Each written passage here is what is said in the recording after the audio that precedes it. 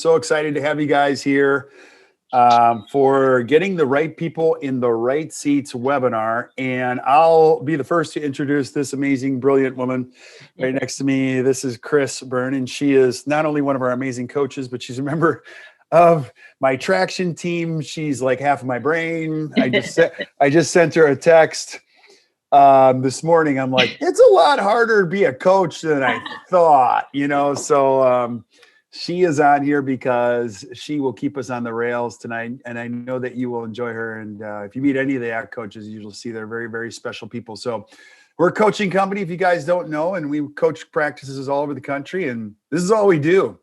We listen to dentists every day with the challenges they have, and so many of them are crushing it.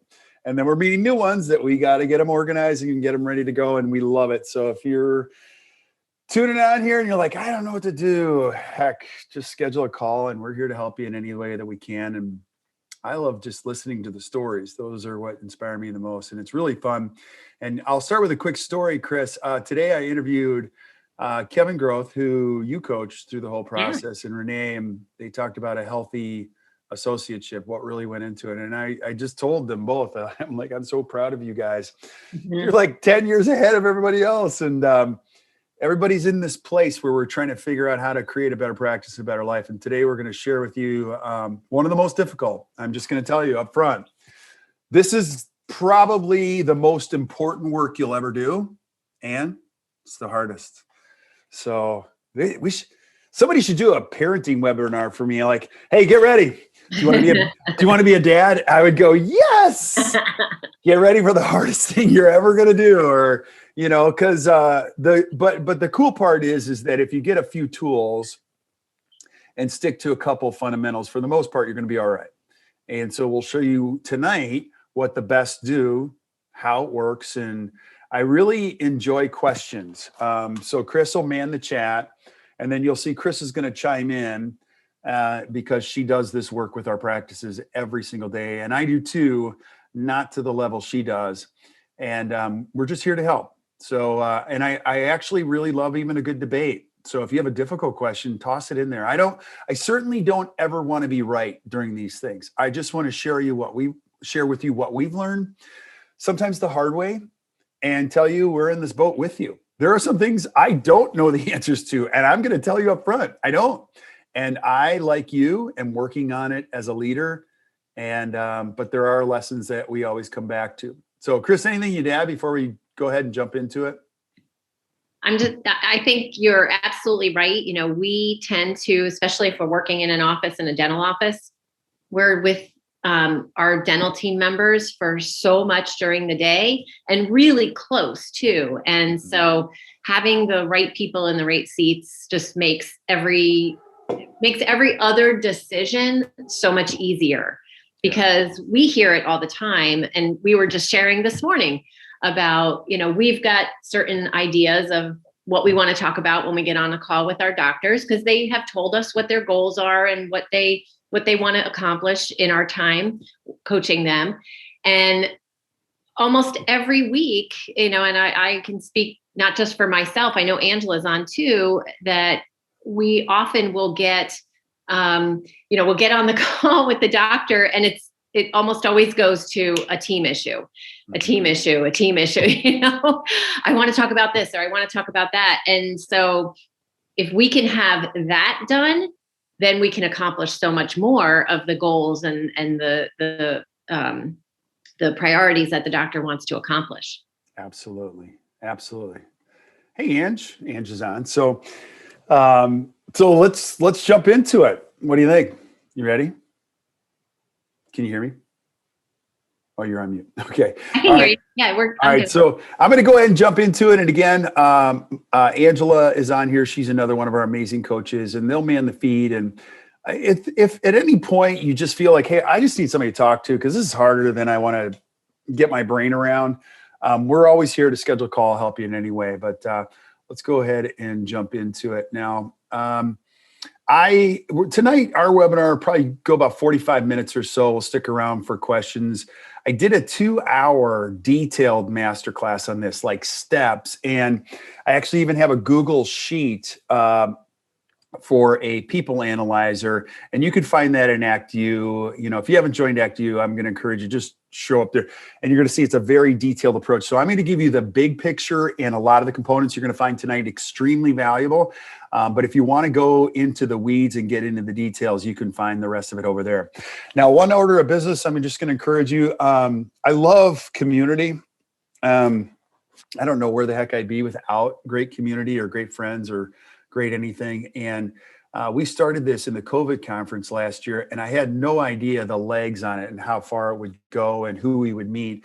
But over 13,000 of you signed up in the Facebook group. And so I'm just crazy grateful. And what it ends up being more than anything is just dentists helping dentists and team members asking really legitimate, good questions. I mean, so it's pretty cool. And so if you're looking for a community and you haven't joined the best practices at Act Dental over at Facebook, just join us over there. You'll see the conversation always continues. But let's go ahead and jump into this. And 25 years of doing this, I'll just give you guys a little background. This is all I've ever done really professionally. I mean, before working at Applebee's in college, so I got this job, and actually I worked in the dental laboratory for a while, and it was a great time. And then I got this unique opportunity at the age of 24 to start coaching dental practices. And one of my first assignments was to fly down, and I actually went to this course. I can't even remember. I've got all the manuals for it. Probably 6 or 7 times I went to this course. It was called How to Put Your Practice in the Top 10%. Now, I remember being 24, going to see a 64-year-old dentist thinking, I don't want to see this. I don't, what the heck is a 64-year-old dentist going to teach me? Because I'm 24. Because in your 20s, you got it all figured out. Then you turn 30 and you realize, man, there's a lot I don't know. And then 40, you wonder if you know anything. And so one of my favorite things in getting to know this great man named Peter Dawson, and unfortunately we lost him recently at the age of 89. I'll never forget this. One of the most important lessons he ever taught me, and I can still see his eyes when he said it. He said, Kirk, you need to understand, when you have the right people, you can produce twice as much in half the time with a quarter of the stress. Now, if you ever knew Pete, he wasn't about the money. He was about the people and doing it the right thing. And another thing I'll never forget, as long as he lived, and as long as I live, is he would say, money's the byproduct. No, you get the right people in the right seats, or you do dentistry for the right reasons and the right people. Kirk, any dentist can make plenty of money, and they'll never have to worry about money because they'll be creating so much value. And I found that to be absolutely true. And the clients that we coach, I find the ones that really care about what they do, they always do extremely well. The ones that just need money, I worry about them because it's the money that's the focus and it's not the people. Let me help you if there's anything I've learned. The secret to dentistry, and if I took Chris with me and Angela with me, and we went on a national tour of dental schools, and I said, Chris, Ange, you can only say one tip, and then we got to run out and we're going to go to the next dental school. I think all 3 of us would stop and go, hey, you're walking in the greatest profession ever, but here's my one tip. Find the greatest people ever. Find the right people, put them in the right seats. You'll be good for the rest of your life. See ya. Good luck to you. Now, you know how this is. If you're listening to this tonight, I hope you have a glass of wine and you're relaxing. And hopefully today wasn't too tough. But when you find the right chairside assistant, it changes your life, not in a month, but in about a minute. In 1 minute, you're thinking, oh my gosh, she says to you, or he says to you, get out of here. I can do this. And you go, what? Where have you been my whole life? And now you can go do something else that your energy is best served with. Or if you have the right administrative person, they can change the financial landscape of your entire life in 30 days. They can say to you, and we have team members that we coach in offices, and when we talk to them, they go, yeah, I raised his fees. He doesn't know. And I'm like, when are you going to tell him? She'll go, never. And then I'll talk to the dentist and go, it's crazy, man. We're making money. I don't know. It's crazy, because they value it more than he does sometimes. Or when you find the right hygienist, you walk in there and you go, oh, what is going on today? Their patient's already asking good questions. The patient already knows that they have active perio. They're asking about what the next step would be. And you're like, oh my goodness. When you find the right people, but here's the key. people always ask us, how do you find the right people? Well, you don't. They find you for the most part. Now, it's not as easy as that, and I'm going to explain. But you want to set the conditions up as much as you can in your practice that you have the right people and the right seats. Let me say that again. These people are not wandering the universe going, who can I bless today with my talents? No, they're smarter than you are. They know they're an excellent chairside assistant, and they know they can pick where they work. They want to pick someplace or somebody who they feel like gets me. And one other thing I'll say is this, please write this down. Nobody ever quits a dental office. They quit a person. Okay, so if you ever lose somebody, it wasn't because they didn't like your office. They left somebody. And so it happens, and it happens to everybody. And I want to remind you, all of us are on this journey. My game is one thing. I just want to create the best conditions I can to attract the best people and put them in the right places, in the right seats, and then get out of their way and let go of the vine and let them do what they do. Now, easier said than done. And Chris and I and Angela walk you through these steps. But I want you to take a screenshot of this particular slide, because dentists and any business only really experiences 4 conditions when it comes to hiring people. Your people are your greatest asset. You know, young dentists try to tell them they're thinking CBCT, they're thinking all, and I'm like, no. Let's invest in people first. We got to find the right people. Let's get that going first, because that'll pay dividends for a long time. And when you invest in people, you're going to see this. Doing this as long as you have, if you've been doing this for 30 years, you know this is true. There's 4 conditions. Here they are. I'm trying to advance my slides and I can't. Oh, okay. Hold on 1 second. There it is. And my wife is having her girlfriends over. So if you hear a lot of giggling downstairs, that's what's going on. Okay. So number 1, you can have the wrong person in the wrong seat. That's one thing. The second thing you can have is you can have the wrong person in the right seat. And let me explain both of these. The wrong person, the wrong seat, somebody you hire and you're just like, I don't know, where's the person I interviewed? This just isn't working out. They don't fit your core values, which this person isn't your type of person. Doesn't make them bad. They're just not your kind of person.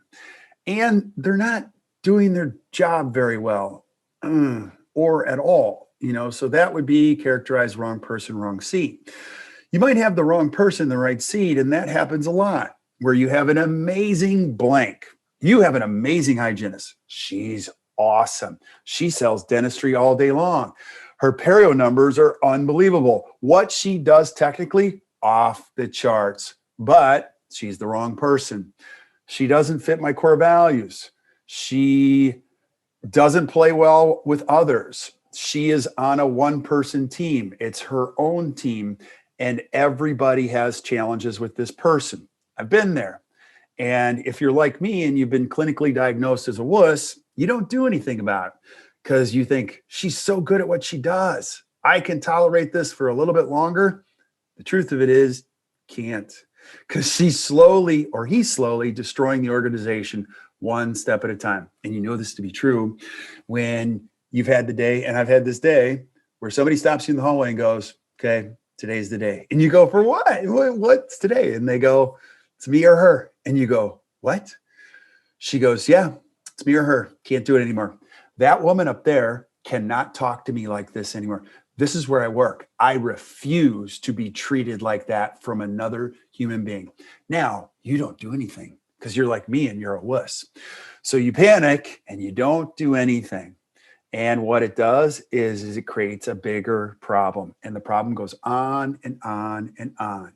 So you want to be clear, or I want to be clear, that these problems are not the person at the front. It's you that's the problem. Because the more consistent you are, the healthier things will be. And I've learned that the hard way.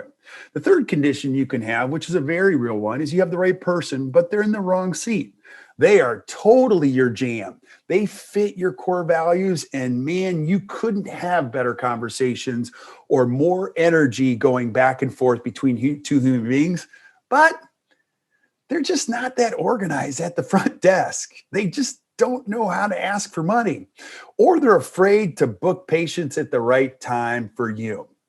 you've seen this where you have great people, but they don't have the skill set to excel in the job. And it happens. Now, usually, most every case, and I do mean most every case, there's a role for that person in which they can use their unique ability to benefit everybody. The fourth condition is what we all want, which is you got the right person and they're in the right seat. Now, as you assess your team right now, let's say you have 11 people or even 6 people, you're like, you've already done the analysis. 2 out of 6 are in the right people in the right seats. Totally fit your core values. And man, they're good at what they do. Here's what condition number 4 is. You never worry about them. You never think about them. You honestly don't even know you love them and you just don't think about them. And you don't think of them in a bad way, like you love them. All of your brain power, all of your angst, all of your challenges, all of your stress that you experience comes from condition 1 and 2. Sometimes from condition 3, but mostly 1 and 2. And if you're like me, you get older, you let these things boil up and you don't have a great coach, you talk to yourself, and then your 13-year-old son will say to you, Dad, your lips are moving again. And I say to my son, you can see that? Yeah. And he goes, actually, there's words coming out now. So it's very important to understand you have a responsibility as a business owner to create conditions where I can help people succeed here. And for the most part, we're growing and developing people into condition 4 or condition 3 as best we can. Now, I want to say this if you're a team member watching. I say this. I would give every single team member the benefit of the doubt. Team members are not bad. As a matter of fact, most of the team members you have, they're excellent. They're unbelievable. They want to win in your office. But just as an entrepreneur, we haven't created enough clarity on how they can succeed. I think one of the things you should do when you hire people is ask them this question. Do you want to do well here? Like, do you want to win? And if they say no, that's a bad hire. But if they say yes, you can say, let me show you how you can succeed here. And these are the rules or expectations. And when you meet these expectations or exceed them, I'm going to tell you, you're going to be killing it here.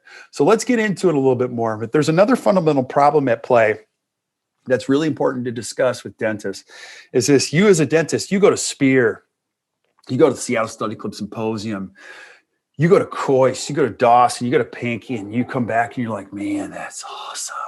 So cool. Like, that's how I want my practice. And you've been exposed to the best stuff ever. And you come back and you talk to your team. And you're like, I told them that's how I want my practice. And they look at you like, we don't even understand the language you're speaking.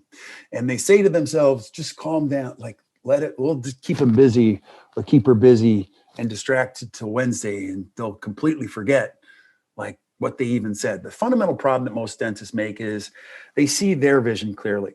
The problem is that they make the mistake of thinking everybody else in the organization or practice sees it too. We used to do in-person launches in a group setting. And it was so fun when Chris and Angela and I did it, we would sequester the doctors and the team members. And it was the same thing every time.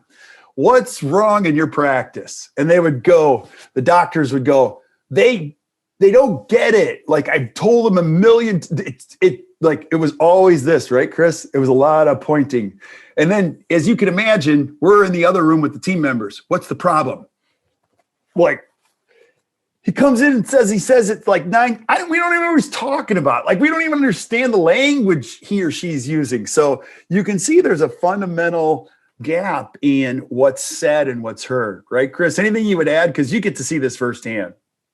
Oh yeah. I mean, I think we tend to think that we're being clear when we're not being clear. And I've had that for myself, even where I've said I couldn't have been clearer. And then it dawns on me like, duh, yes, I could have, because they're not getting what I'm trying to say. So yes. So if there's one tip I could give you tonight, I'll always give you a couple tips, but the more clear you are, the less problems you have. Just the more clear your organization is, the less problems you have. So we have to make sure that we're clear. And a big part of the clarity is the people part. Patrick Lencioni says in his book, The 5 Dysfunction of a Team, it's my favorite quote in the entire book. And I absolutely believe this to be true. If you could get all the people in any organization or an organization rowing in the same direction, you could dominate any industry. You really could. You could open a sandwich shop and you could beat any competition at any time. But the question is, like, how do we do that? And so we're going to do that tonight. One more nugget I'll give to you is people always say, well, I have this vision. I have this vision. One of my favorite books, this is kind of my book of the year, and Chris knows this and the rest of my, I love the book Traction. So if you're looking for a great read, just read Traction. It's excellent, I think. And what that book said on vision hit me in the heart because it's true. And so if you answer 8 questions, this will help clarity with your vision. I've seen some of the best visions ever. I've seen 4 and 5 page written long explanations that are gorgeous. But if I was working in the office, I don't know that I would know exactly what all this means. So here are 8 questions. Number 1, what are your core values? We're going to talk about that tonight. Those are the non-negotiable behaviors or fundamental decision-making things that we use in our practice every single day. What's your core focus? What do you do? I know you're a dentist, but what are you really good at? What is your focus? What's your 10-year target? Do you want to practice on your own? Do you want to practice with another dentist? Do you want a big practice? Do you want a small practice? What does this look like 10 years from now for you? What's your marketing strategy? How are you connecting with new patients and creating that flow in your practice? What's your 3-year picture? You know, if you and I had a cup of coffee 3 years from now and you say, I love this, what would you say would have to happen in order for you to use that phrase with me? And what's your 1-year plan?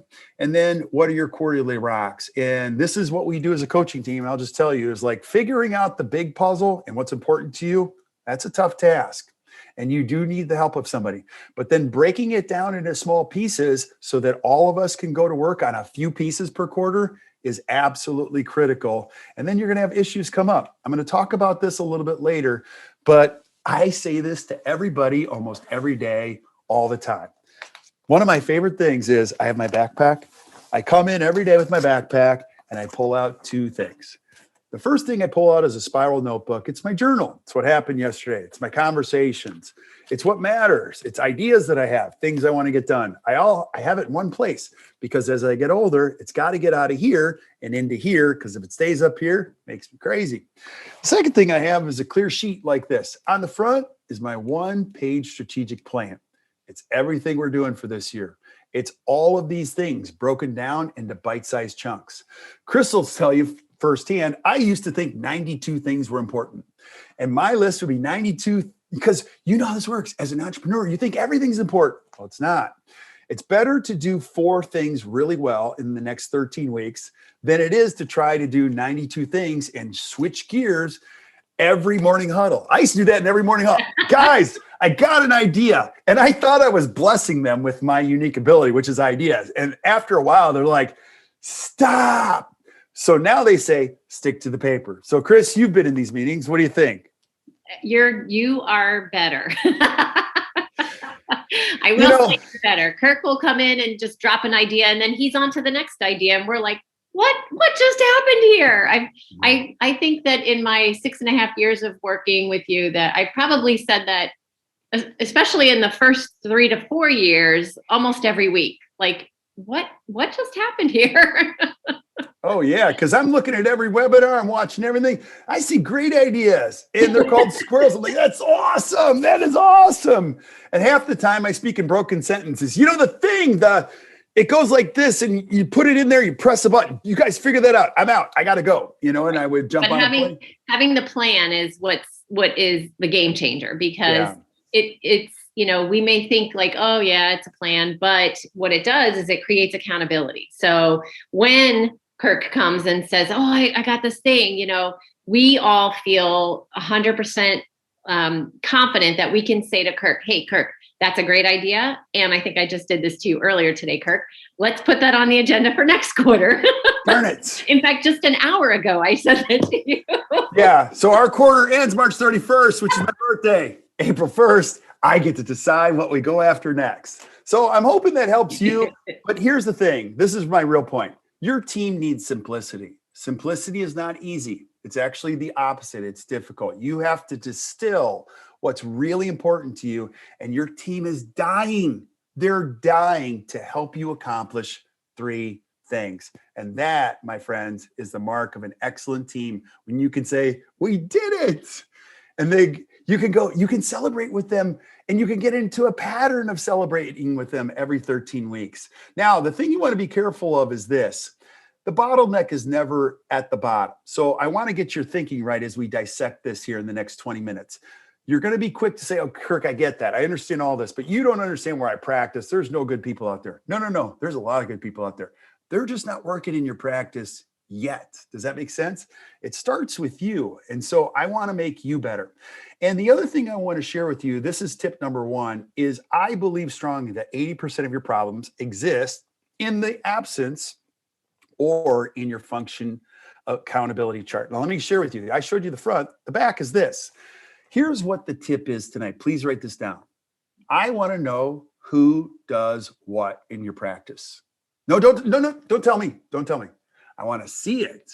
And your team members want to see it too. So I have this. This is my function accountability chart.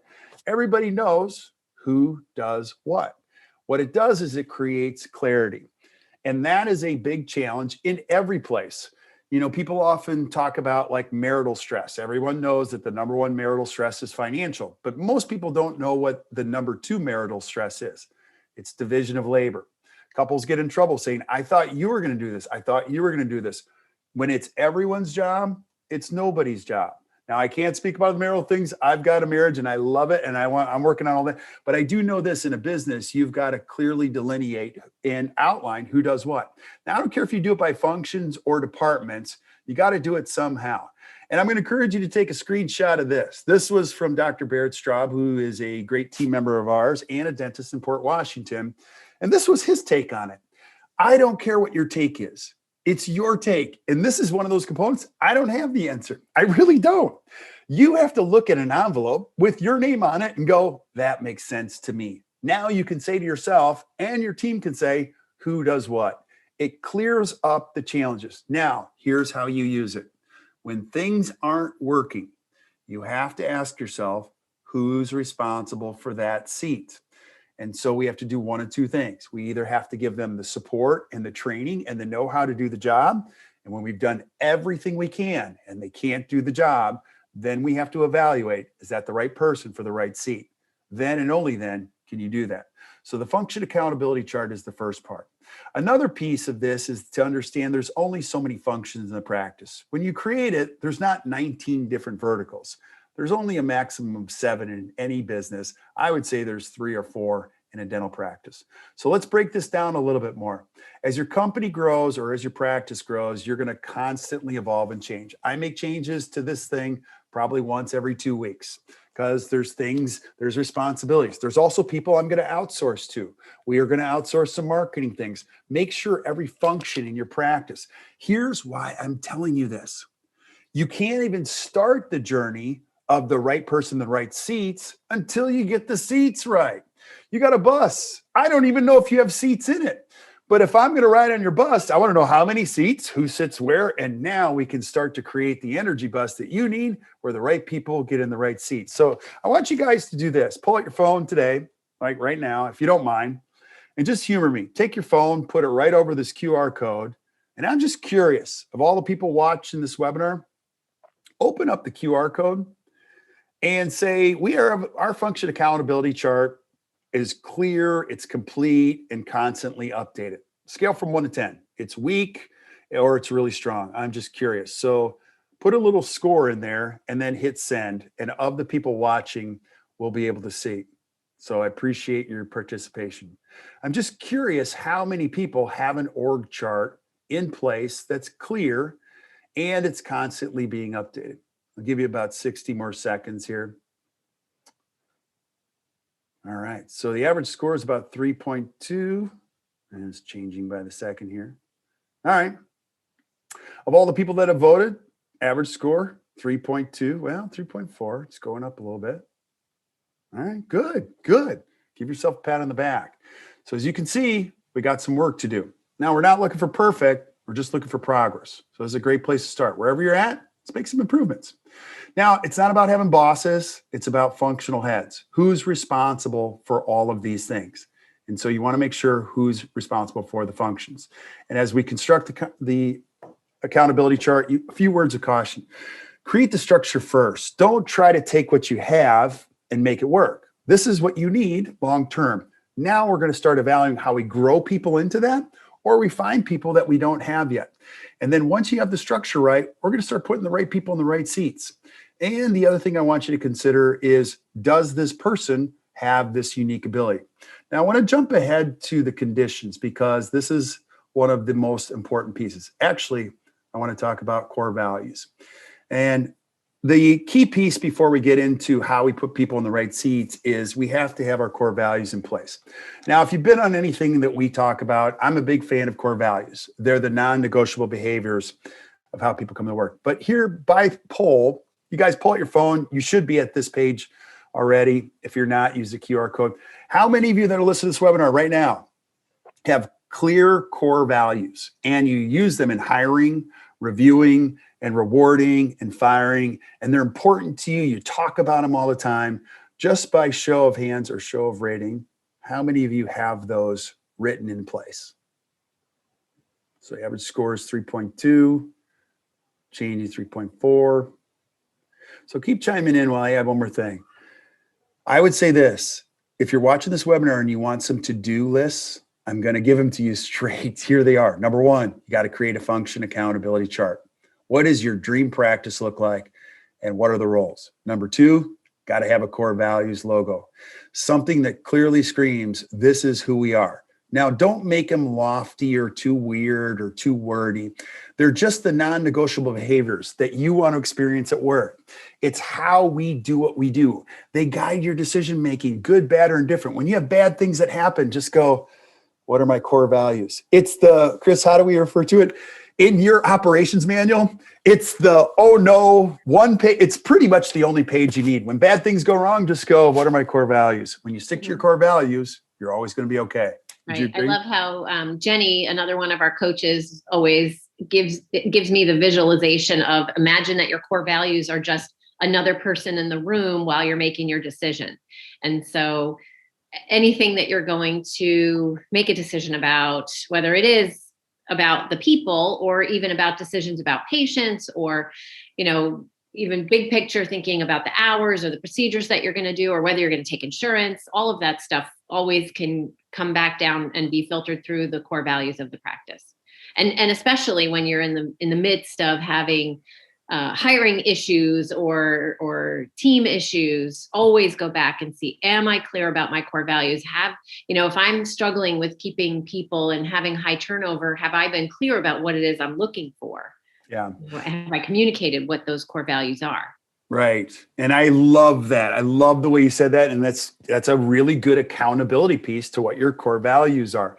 And let me just say this, in addition to what Chris just said brilliantly, your vision and your mission are critically important, but nothing, and I mean nothing, ever you will ever do in business will ever top like your core values. Your team members on Friday nights will have a glass of wine with their neighbors. They will not share their vision. They will not share the mission of the practice. They will talk about how special the person is that they work for.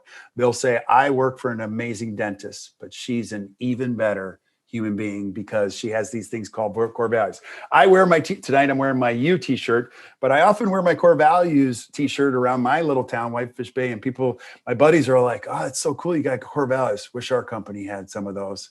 And it's true. The biggest companies in the world, the biggest brands. Have you guys ever eaten at this one?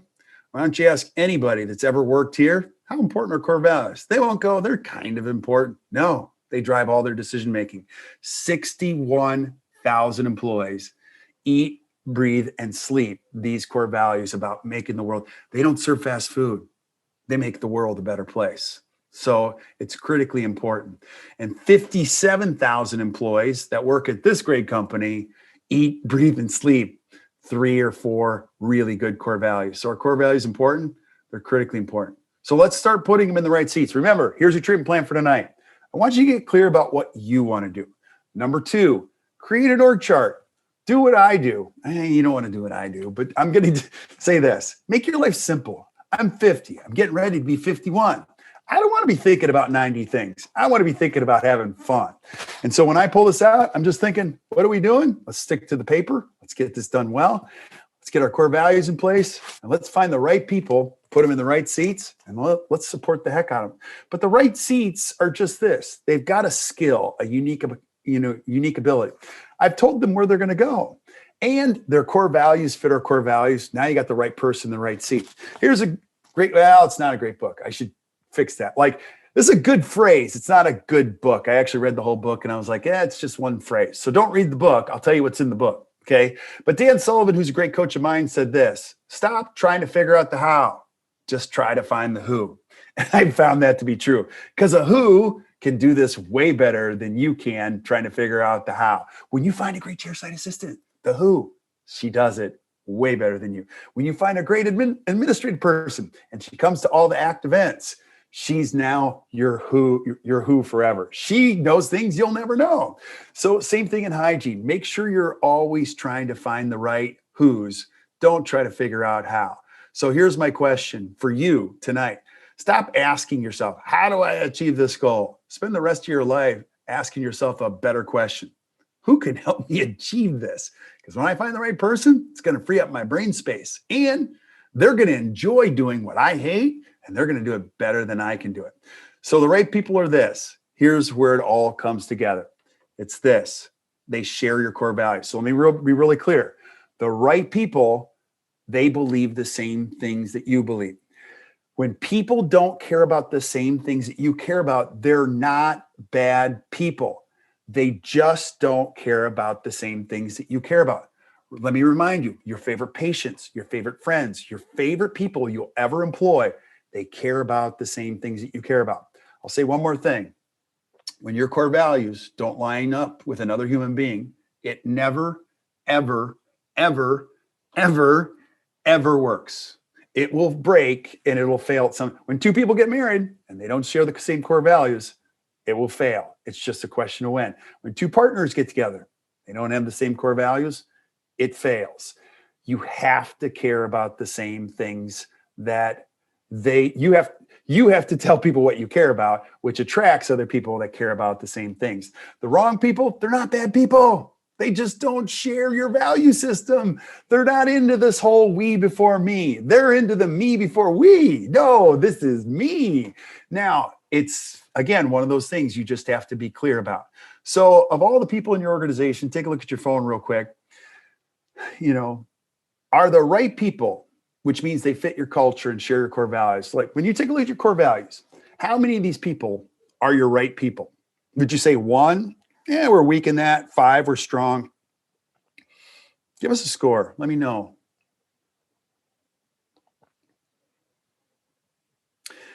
Because I'll tell you, the more you have the right people, they share your core values, you're always going to do better. Now your challenge is just, how do we find out who they are? Some people are really good at some things. Invest the time. If you can't do it yourself, there's personality tests like DISC or, strengths finders, or there's so many of them where people can learn about themselves, and you can too as an employer. It's so cool when you send a message to a team member, I'm invested in you. We're going to find out what you're good at. We're going to find a home for you. And they're going to shine when you have the right people. So the average score is 3.8. Good for you. For the most part, most of you have the right people in your practice.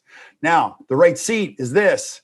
They GWC. So we're going to finish with this. Now, this is from the book Traction, and I love it. So please write this down. They get it, they want it, and they have the capacity to do it. Now, I'm going to go through each one of them. Number 1, when somebody's the right seat, they totally understand what you're talking about. They often understand it way better than you do. Like they know more of what you're talking about than you do. They get it. Now, there are some people that you're like, you'd be so good at this. Like you should do this. And they go, huh? Like, I don't. Now you can invest the time, and that's what I'm going to encourage you to do. But once you get to a certain point where they don't get it, now you have to make a decision. And my suggestion is we're going to move them to the seat where they get it. They want it is number 2. There are some people that totally get it, but they don't want it. I don't want that stress. I'm a mom right now. I got my hands full. I got other things I want to invest in. I don't want this job. And that does happen. So you got to make sure that you check in. Do they want it? And number 3, do they have the capacity? Do they have the time to do it? Do they have the skill set to do it? Some jobs require really analytical skill sets. Some of them require a little bit more, interpersonal skill sets. The cool part is you can identify who you want in these roles. And so one of my favorite dentists of all time, his name's Dr. Frank Graziano in Tuckahoe, New York. He did this without even the system. He said, Kirk, you know what I did for hiring? I would always think about the person that I would want in this role. How do they behave? Like, do our core values match up? What do they even look like? How do they talk? What are they really good at? So that when I meet them, I go, I've already met you. I already know what you look like. And for the most part, we've been looking for each other for a while. And I really like how he says that. So you got to really visualize what that is. The wrong seed is they're not bad people. They don't get it. They don't understand the role. They don't want the role. Sometimes you get people from dentistry that know a lot about dentistry, but they don't understand your type of dentistry. The fact you want to go to a behavioral dentistry, a little bit more of a comprehensive, that's okay. Doesn't mean they're bad. They might not get it. They don't want it. Or they just don't have the brain space or the skill set to do it. Doesn't make it bad, doesn't make it wrong. It's your chance. Now, one last poll, and then we're going to wrap this up in just a couple of minutes. I already asked you, do you have the right people? But when you look at the next question, we're talking about right people in the right seats. How many of you have people in the right seats? Which means they get it, they want it, and they have the capacity to do it. Scale from 1 to 5. 1, we're kind of weak in that area. 5, we're really strong. I appreciate you guys chiming in because I'm always curious what you're experiencing. So as you can see, these scores are just a little bit lower than the others. Now, I would say this, and I said it earlier, it's not your team members' problems. It's the business owner's problems first. The business owner has to get clear about what the bus looks like. Now you can start growing people into the seats. And I'll tell you, most of your team members want the opportunity to grow.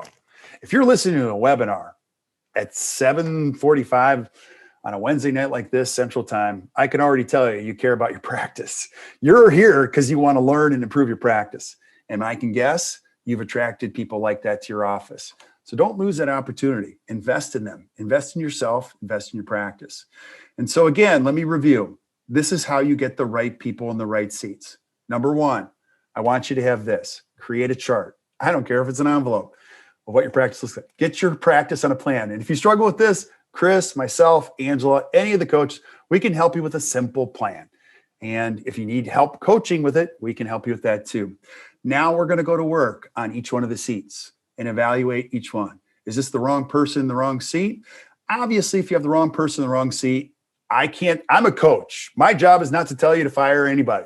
You just got to grow up and be a leader. Now, you know what's going to happen. You keep that person in the seat for that too long, just bad things happen. The second condition we talked about, you have a great team member. They're amazing, but they're not the right person, and they're sucking the life out of you and everybody else in the practice. You already know what has to happen with that person. You don't let them go. I would sit them down. And I would do the 3-strike rule. And I'm going to give you that as my final tip, and then we're done. So don't fire people. That's not what I'm suggesting. Give them a chance to succeed. The third condition happens a lot too. You got a great person, but they're just not built for this position. My suggestion is help them find a home in your practice, because most times you can. And then ultimately, the more percentage shots you can put in this quadrant, I'm going to tell you, Pete was right. The more people that you have in these seats in that quadrant, you're going to produce twice as much in half the time with a quarter stress. I can promise you. And you won't even know why. Chris, you have a thought on this before we bring it home? You know, again, I'll go back to the stress piece as being probably the most important piece of that, right? Because we have doctors all the time that say to us, look, I'm happy with the income I had. I either want to work less, or I want to, do more comprehensive dentistry, or drop my insurance. But really, when you think about the stress factor, that's what Sunday night comes around and you start getting like your shoulders go up to your ears, it's because you're stressed about the people that you're working with. Yeah. So, give them the opportunity, like you said, Kirk, and find the right seat for them. But have courageous conversations and be a leader, be vulnerable about it, and, take responsibility for that. Absolutely. Well said. And I think about what you said, and it's actually, that's pretty huge what you just said. And I've been in that position. And if you're a dentist listening tonight, that's true. If you have a bus and you have 8 team members, you've got 8 wheels and you've got one squeaky wheel, you're not worried about the 7 wheels. You're consumed by the one squeaky wheel that isn't making this thing ride well. Don't let that happen. Give that person an opportunity to grow or grow out or grow somewhere else. Now, I'm going to finish with one last slide and this because I could talk for hours on this. And I got this straight from the book Traction, which I love. And so I'm not going to take any credit for this because it's so good and it is so spot on. When you have somebody that's not the right fit for you, whether it be the wrong person in the right seat, or even the wrong person in the wrong seat, or even the right person in the wrong seat, this is less applicable to that person. But here's what I would say. Create a system that is consistent. Give everybody the chance to win. And what you're going to do is you're going to do 3 strikes. Number 1, call it strike 1. Sit down with the team member. You owe it to them to be honest. Don't be nice. Be clear. I'm not asking you to be mean, just be clear. Discuss the issues and your expectations. Be super clear with the person and give him or her 30 days to win. Give them a chance to win. Say, look, this is what I need in this role. How you talked to her yesterday, that is out of bounds of our core values. That can't happen here. Now, I understand if you don't want to live by our core values, but that means you can't work here. I'm going to give you 30 days. I believe in you. You can't do that to another human being here. You got to play by our core values. We good? Strike 2 is this. At the end of 30 days, actually schedule the appointment. So as soon as you have the first appointment, you're scheduling the second one, which is exactly 30 days. Say in 30 days, we're just going to review what we talked about today. And if you don't see any improvement, discuss his or her performance one more time and say, I shared this 30 days ago. I was super clear. This is what I want. This is what I want. It's not happening. So what I'm going to do is I'm going to give you another 30 days. Now, some of you might be like, what? What are you talking about? No, you're giving them a second opportunity to win. But I'll tell you why in a second. Strike 3 is if you don't see any improvement in that second 30 days, you already know when you can't change the people, it's time to change the people. They are clearly making a statement with their behavior and their effort. I'm not doing this. And I'll tell you, 99% of the time, you don't even need strike 3. They already know it's coming. They already know this isn't a good place for them. And I'd say 99.999% of times, they're looking for another job. And I could almost guarantee it. Now, it's not good, bad, or indifferent, but here's why you're going to have this rule. It's consistent. You want to make sure you don't tolerate behavior that's not consistent with where you want to go in your future. And you'll find the clearer you get, the less you have to do this in your career. So my hope is that you do find the right people in the right seats. And I'll finish with the first slide. And it's this. Every day I hear this great man's voice. And he's so spot on. And I don't even think he knows or knew why he was spot on. He just worked with that many dentists and that many dental offices. And Pete, I'm here to say you were spot on and we're grateful for you. When you have the right people, you can produce twice as much in half the time with the quarter stress. So I hope you guys enjoyed tonight. But what's more important is I hope you do something with tonight. We're always here for you. My name is Kirk Behrendt, Christina Byrne, Angela Heffman. She was on and I think she jumped off. But we're a team of coaches. We're here to help you. And I will assure you that you are okay in dentistry. You got a great support team here. We get the right people in the right seats. It makes this a fun journey. Chris, any last thoughts?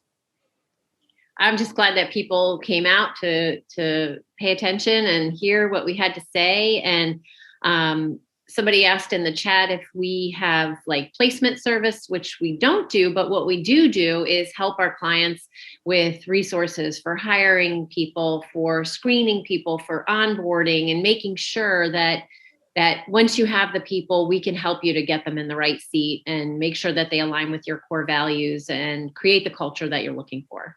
Yeah. Awesome. Well said, Chris. All right. Well, thank you guys so much. Hope you guys have a great evening. Make sure you join us this Friday at Act Dental U. If you're available, we have Katrina Sanders. You will absolutely love it. And she's going to be talking about local anesthesia. And we've already had a bunch of people register, new people come on in. So again, we're here to help in any way that we can. Hope you guys have a great evening. Thanks for joining us.